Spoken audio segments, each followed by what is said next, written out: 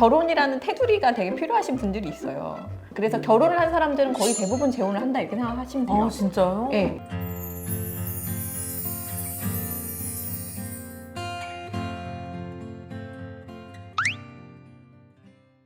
안녕하세요. 법률사무소 봄의 대표 변호사 정현주. 김지혜 변호사입니다.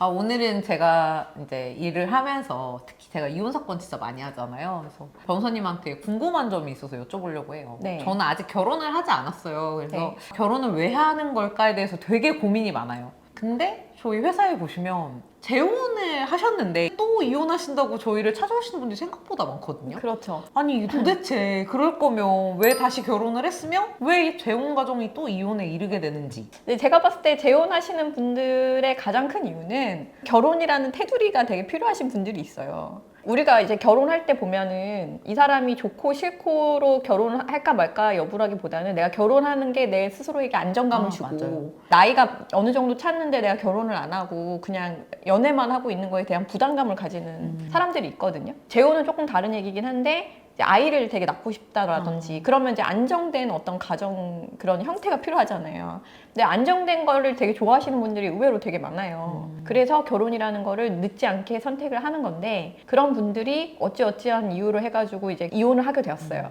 근데 다른 사람을 만나게 돼서 이 사람을 되게 사랑하게 됐는데 계속 만나기만 하면 불안한 거죠. 자기 원래 성향 자체가 되게 그런 안정적인 거를 되게 원하시는 분들인 거예요. 그래서 결혼을 한 사람들은 거의 대부분 재혼을 한다 이렇게 생각하시면 돼요. 아 진짜요? 네, 결혼을 선택했다는 거는 나는 이런 안정적인 테두리에 있는 걸 내가 만족해 하는 사람들이기 때문에 거의 대부분 다 재혼을 하지. 이혼했는데 다시 재혼을 안 할 거야 이런 경우는 저는 거의 본 적이 없는 것 같아요. 좀 어렵게 결정을 할 것 같은데 재혼하면. 네. 근데 또 어떻게 또 이게 이혼까지 또 가시게 되는 걸까요? 이게 보통 결혼하면서 이혼하는 경우랑 재혼하면서 이혼하는 경우는 약간 다른 것 같아요. 가장 결정적인 차이가 뭐냐면 결혼하면서 이혼을 하게 되면은 굉장히 심사숙고를 해요. 어쨌든 내 인생의 어떤 그런 커다란 선택이잖아요. 맞아요. 이혼이라는 맞아요. 거는. 그래서 굉장히 심사숙고해서 결정을 하게 되고 웬만하면 내가 참고 넘어가고 그런 게 생기는데 재혼은 이제 쉽죠.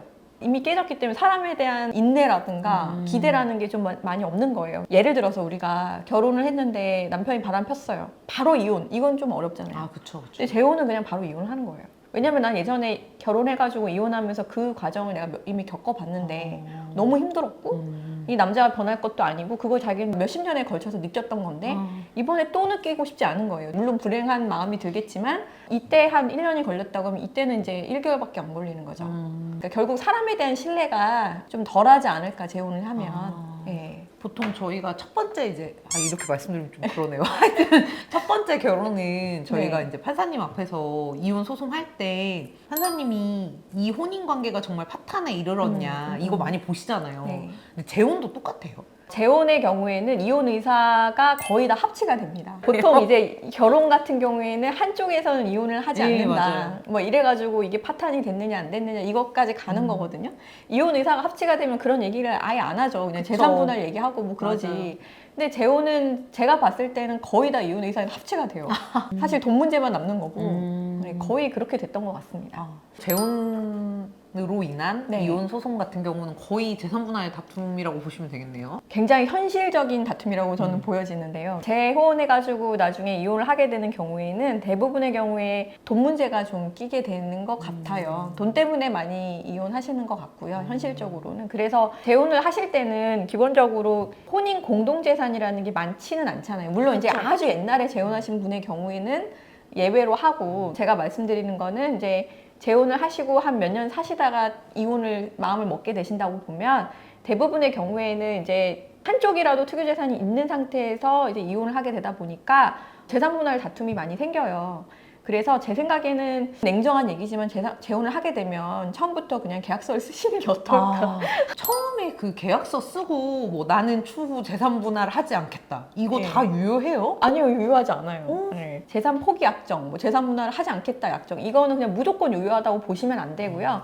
상황적으로 봤을 때 내가 그만큼 돈을 이미 많이 받아서 납득이 되는 상황이라면 괜찮은데 납득이 되지 않은 상황인데 그냥 무조건 그냥 재산 분할 안 한다, 뭐 내가 바람 폈으니까 전 재산을 너에게 준다, 뭐 이런 것들이 다 유효하지는 않습니다. 네. 오늘은 네. 재혼하신 분들이 저희 사무실 찾아와서 이혼 소송하시는 경우에 대해서 좀 알아봤는데요. 네. 저희 영상이 재밌으셨다면 좋아요, 구독 부탁드려요. 감사합니다.